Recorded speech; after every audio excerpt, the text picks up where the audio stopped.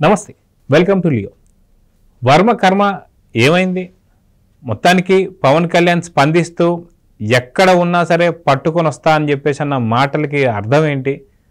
మొత్తానికి వర్మ ఏం కాబోతున్నాడు అనే దానిపై మనతో పాటు సీనియర్ జర్నలిస్ట్ కనకదుర్గ వడ్లమాని గారు ఉన్నారు. వారిని అడిగి తెలుసుకుందాం.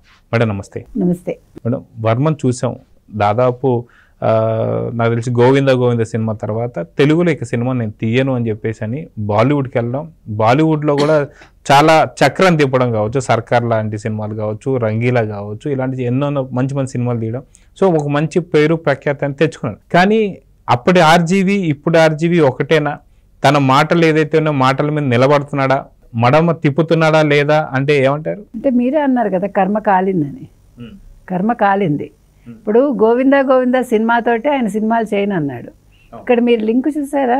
వెంకటేశ్వర స్వామితో లింకు.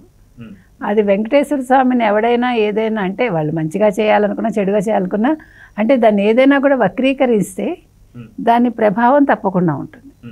గోవింద హిట్ అవ్వలేదు కదా. సో ఆ తర్వాత చేయను అన్నాడు. ఇది చాలా కాంట్రవర్సీ వచ్చింది. వెంకటేశ్వర స్వామి కిరీటం గురించే కదా ఆ సినిమా. సో మరి ఎవడు ఒప్పుకుంటాడు? అందుకని వెంకటేశ్వర స్వామితో పెట్టుకోకండి అని చెప్తున్నాం మనం. అది యాక్టర్లు కావచ్చు, లేకపోతే డైరెక్టర్లు కావచ్చు, లేకపోతే యూట్యూబర్స్ కావచ్చు, ఎవడైనా సరే సోషల్ మీడియా వాడు కావచ్చు, ఎవడైనా కూడా మీరు దేవుడితో పరిహాసాలు ఆడకండి. ఆడితే మీరు చివరికి మీ గతి ఏమవుతుందో చూసుకోండి. మీరు అన్నారు కదా మాట తప్పేవాడు కాదు మడమ తిప్పేవాడు కాదని. అది వైసీపీలో చేరకముందు, అంటే వైసీపీలో చేరటం అంటే జగన్మోహన్ రెడ్డికి సపోర్ట్ చేయకముందు. అది ఎప్పుడైతే జగన్మోహన్ రెడ్డి డెన్లోకి వచ్చాడో మారిపోయాడు వర్మ. పులో సింహం కాస్త పిల్లిలాగా అయిపోయాడు. లేకపోతే సిగ్నల్స్ లేకుండా అంటే ఫోన్ స్విచ్ ఆఫ్ చేసుకుని ఇంట్లో కూర్చునే ఉండాలి. ఎందుకంటే మరి ఇంట్లోంచి మాట్లాడేది వాళ్ళ వీడియో కూడా ఏదో ఒక రిలాక్స్ అవుతూ ఒక వీడియో ఇచ్చాడు. నీకు దమ్ము ధైర్యం ఉంటే నువ్వు పోలీసులను కలిసి నేను మళ్ళీ వస్తానండి నాకు ఇట్లా షూట్ ఉందని చెప్పాలి. అయితే మనం చూసాం దాదాపు 19వ తారీఖు రమ్మని పిలిచినటువంటి ఒక సందర్భంలో తనకు తానే 25వ తారీఖు టైం ఇస్తే వస్తాను ఖచ్చితంగా అని చెప్పేసాను. కానీ నిజంగా చట్టం పైన గౌరవం కానీ లేదంటే ఒక రెస్పెక్ట్ ఉంటే మటుకు ఆ రోజు అటెండ్ అవ్వాలి. కానీ ఆ రోజు కూడా లేదు, మళ్ళీ నాకు ఇంకొక 2 వారాలు వాయిదా అడుగుతున్నాడు అంటే బెయిల్కి కూడా ట్రై చేస్తున్నట్టు కూడా తెలుస్తుంది. సో మొత్తానికి ఎందుకు ఆర్జీవి భయపడుతున్నాడా, నేను మంచం కింద దాచుకోలేదు అని చెప్పేసి అంటూనే ఓ పక్కన భయాందోళనలో తన యొక్క స్వరం వినిపిస్తుంది. దీని గురించి అసలు మీరు చెప్పింది అంతే కదా. నేను పారిపోలేదు, నేను భయపట్టలేదు, భయపడేవాడు ఎవడు నేను భయపడుతున్నానని చెప్తాడా? ఎవడు చెప్పడు కదా. నిజంగా పిరికి పందే చెప్తాడు అట్లా, నాకు భయం లేదు, నేనేమి భయపట్టలేదు అంటూ నాటకాలు ఆడతాడు. నీకు భయం లేకపోతే నువ్వు వీడియో ఎందుకు రిలీజ్ చేసావు? నువ్వు డైరెక్ట్ ముఖాముఖి పోలీసులు రాగానే నీ లాయర్ని పక్కన పెట్టుకుని సార్ నాకు ఇంకా షూట్ ఉంది నేను మళ్ళీ వస్తా తప్పకుండా నాకు టైం ఇవ్వండి అని అడగచ్చు కదా. సరే వాట్ ఎవర్, నువ్వు విచారణ ఎదుర్కోవచ్చుగా, అరగంట విచారణ ఎదుర్కొని నాకు టైం ఇవ్వండి మళ్ళీ వస్తా. ఇప్పుడు బెయిల్ కోసం వెయిట్ చేస్తున్నాడు కాబట్టి ఈ నాటకాలు. ఇవాళ బెయిల్ తెలుస్తుంది కాబట్టి ఇవాళ వీడియో రిలీజ్ చేశాడు. అంటే ఎక్కడున్నాడో తెలియకుండా జాగ్రత్త పడ్డాడు, పోలీసులు వచ్చి పట్టుకుంటారని. ఇప్పుడు లేకపోతే ఆ షూట్ ఎక్కడ జరుగుతుందో ఆ లొకేషన్లో ఫోటో తీసుకోవాలి, వీడియో తీసుకోవాలి. అది తీయలేదుగా. మీరు అన్నట్టుగా ఒకప్పుడు వర్మ వేరండి. ఇప్పుడు వర్మ ఎప్పుడైతే జగన్మోహన్ రెడ్డిని కలుస్తారో ఎవరైనా సరే వాళ్ళందరికీ ఇదే గతి. కర్మ కాలడం కాదు, పవన్ కళ్యాణ్ గారు చెప్పినట్టు వర్మ ఎక్కడున్నా ఈడ్చుకొస్తానన్నాడు. ఈడ్చుకు రావాలి. ఇప్పుడు వర్మ అంటున్నాడు కదా నేను ఎప్పుడో 1 year క్రితం పెట్టిన పోస్టులు అవి ఎవరికో మనోభావాలు దెబ్బతిన్నాయి. ఎవరికైనా దెబ్బతింటాయి, ఎవరికో ఎందుకు దెబ్బతింటుంది? ఆ పోస్టులు చూసిన మనసున్న ఏ మనిషి అయినా కూడా అంటే మామూలు మనిషి అనేవాడికి ఒళ్ళు అంటుకుంటుంది. అవునా కాదా? అవి సంబంధం లేదు, వాళ్ళు ఎవరో అనుకుందాం, పోనీ చంద్రబాబు నాయుడు ఎవరో, లోకేష్ ఎవరో, పవన్ కళ్యాణ్ ఎవరో. కానీ ఒక హృదయం ఉండే మనిషికి మాత్రం ఇలాంటి పోస్టులు చూస్తే ఏంటిది, వీడు పిచ్చాడా దరిద్రుడా అని తిట్టుకోరా? ఇలా ఎవడైనా పెడతాడా ఒక మనిషి మీదని?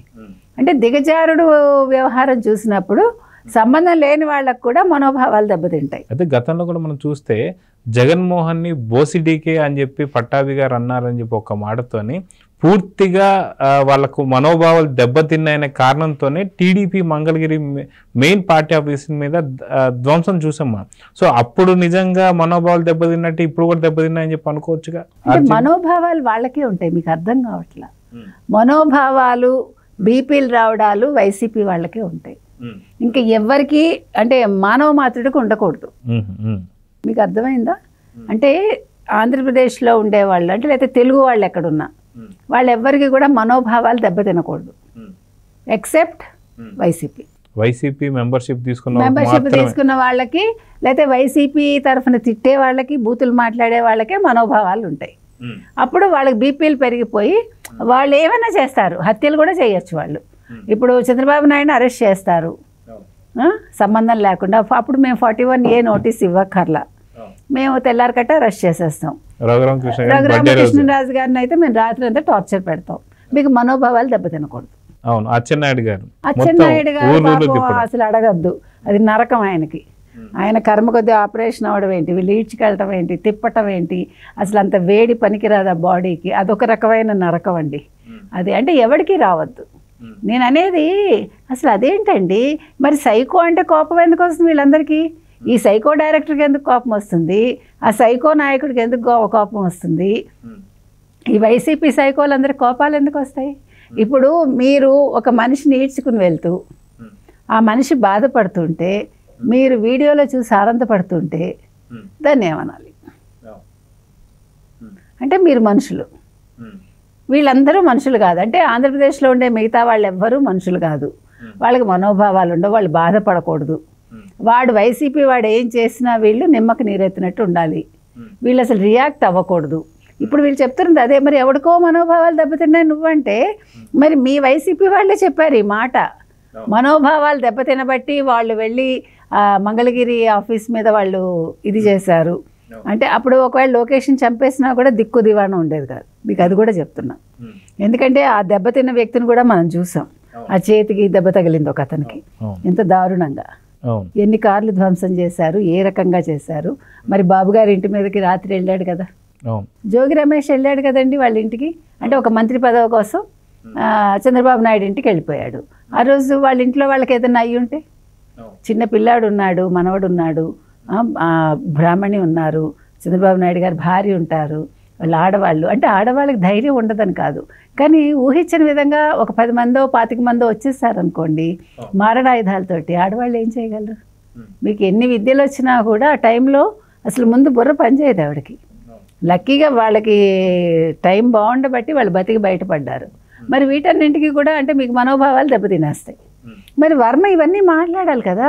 అయితే అదే వర్మ ఉండి గత సంవత్సరం ఎప్పుడో సంవత్సరం క్రితం పెట్టిన పోస్టులకి వారంలోని ఫలితాలు రావాలని చెప్పేసి ఎందుకు ఇంత టార్చర్ పెడుతున్నారు, ఎందుకు ఇంత కక్ష సాధింపు అని చెప్పి ఫ్రస్ట్రేషన్ చూపించేస్తున్నాడు. గతంలో ఎప్పుడైనా సరే వర్మ దగ్గర నుంచి ఫ్రస్ట్రేషన్ చూసారా మీరు? ఇప్పుడు అన్నీ వస్తాయి సార్. ఇప్పుడు మీరు అరెస్ట్ చేస్తారంటే నాకు ఫ్రస్ట్రేషన్ రాకుండా ఏమవుతుంది? నాకు ఫ్రస్ట్రేషన్ వస్తుందండి. మీరు అర్థం చేసుకోరేంటి తెలుగుదేశం కూటమి వాళ్ళు? ఇప్పుడు వర్మ ఇవాళ ఫుల్గా డై కొట్టుకుని మీరు మొహం చూసారు ఎలా ఉందో? ఆ మొహంలో ఎక్కడైనా కళ ఉందా? అసలు పూర్వం వర్మ మొహానికి ఇప్పుడు వర్మ మొహానికి సంబంధం ఉందా? మీరు ఇవాళ వీడియో చూస్తే ఇదేంటి వర్మ ఇలా అయిపోయాడేంటి, ఇంత భయపడుతున్నాడా అనిపిస్తుంది చూసే వాళ్ళకి. చాలా భయపడుతున్నాడండి, అసలు ఒక బింకంగా ఉన్నాడు అంతే పైకి. అది అంటే పాపం వీళ్ళ దురదృష్టం అందరిది కూడా.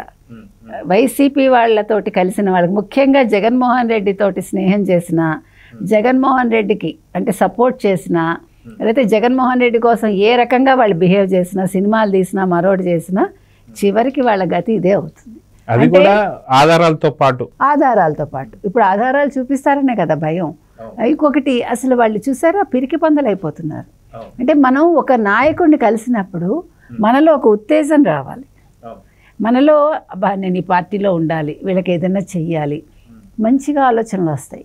అదేం దౌర్భాగ్యమో, పాపం జగన్మోహన్ రెడ్డిని కలిస్తే వీళ్ళందరూ వికృతంగా తయారైపోతారు మనస్తత్వాలు. ఏ రకంగా అంటే అసలు బూతులు మాట్లాడటం ఏంటి, ఆయన ఆనందపడటం ఏంటి? ఒక చంద్రబాబు అరెస్ట్ వీడియో చూసి అసలు వాడెవడో ఆ పోలీస్ ఎట్లా పంపిస్తాడు ఆ వీడియో? ఈయన ఇక్కడ చూసి ఆనందపడతాడా?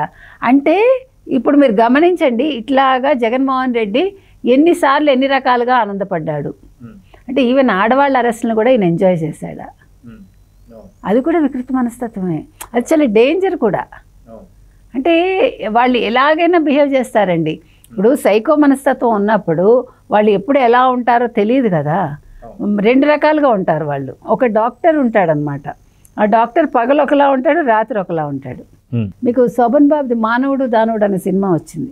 అందులో కూడా అంతే. అంటే చిన్నప్పుడు అతనికి ఏదో జరుగుతుంది వాళ్ళ అక్కకి, అది ఆ ముద్ర అతని మీద ఉండిపోయి రాత్రి అయ్యేసి డాక్టర్గా ఉండే శోభన్ బాబు ఒక విలన్గా అయిపోయి, అంటే ఒక సైకో మనస్తత్వంతో ఉంటాడు.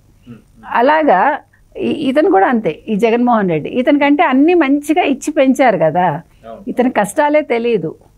దానివల్ల ఇలా అయిపోయాడు. అతిగారాభం వల్ల మనకు తెలియదు. ఏది ఏమైనా ఇవాళ వర్మ భయపడ్డాడు ఖచ్చితంగా. అయితే దీని మీద పవన్ కళ్యాణ్ స్పందించడాన్ని ఎలా చూడాలంటారు? ఎందుకంటే గతంలో మనం చూసాం ఎలక్షన్ టైంలో పిఠాపురం నుంచి పవన్ కళ్యాణ్ గారు పోటీ చేయబోతున్నారు అన్న వార్త వినగానే ఆర్జీవీ కూడా ఉండి నేను పిఠాపురం నుంచి పోటీ చేయబోతున్నా అని చెప్పేసి అన్నారు. సో ఇవన్నీ కూడా చూస్తే పవన్ కళ్యాణ్ స్పందించడాన్ని ఎలా చూస్తానంటారు? అంటే వర్మ ఆ రోజు నేను నిల్చుంటాను, ఏదో దమ్ము చూపిస్తానన్నాడు. మరి ఏమయ్యాడు? ఎందుకు నిల్చోలా? ఈరోజు గెలిచాక మాట్లాడగలుగుతున్నాడా? పారిపోయాడు. ఇప్పుడు పవన్ కళ్యాణ్ కరెక్ట్గానే ఉన్నారండి. పవన్ కళ్యాణ్ కోరుకునేదే ఇది. అంటే చట్టం తన పని తాను చెయ్యాలని అడుగుతున్నాడు ఆయన. ఆయన ఏమి పెద్ద పెద్ద కోరికలు ఏమి అడగలే కదా మిమ్మల్ని. ఇప్పుడు జగన్మోహన్ రెడ్డి లాగా నాకు కొన్ని కోట్లు కావాలి, లక్షల కోట్లు కావాలని అడుగుతున్నాడా? లేదా స్కాములు చేయమంటున్నాడు ఆయన? కాదు కదా. ఆయన ఒక డిప్యూటీ సీఎం పక్కన పెడితే ఆయన పడ్డ వేదనకి అది ఆయన ఒక్కడిదే కాదు, ఎవడి గురించి అయినా ఆయన అడుగుతాడు. అంటే ఇప్పుడు మనోభావాలు ఆయన ఒక్కళ్ళవే దెబ్బతినలేదుగా, ఎంతోమంది విషయంలో ఆయన మనోభావాలు దెబ్బతిన్నాయి.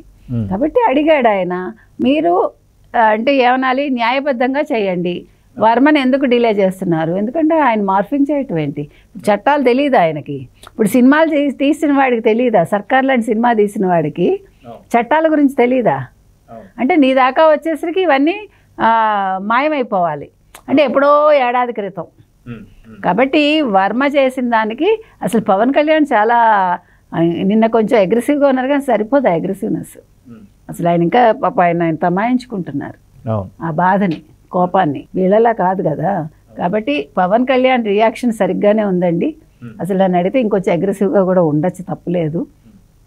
కాకపోతే ఇవాళ బెయిల్ వస్తుందా రాదా అన్న దాని మీద వర్మ భవితవ్యం ఆధారపడి ఉంది. సో చూద్దాం మేడం, ఖచ్చితంగా ఆర్జీవీ తనకే తాను వచ్చి లొంగిపోతాడా లేదా అరెస్ట్ అయ్యేదాకా వెయిట్ చేస్తాడు? చూద్దాం మరి. నమస్తే. నమస్తే అండి. Please subscribe to Leo news for more videos.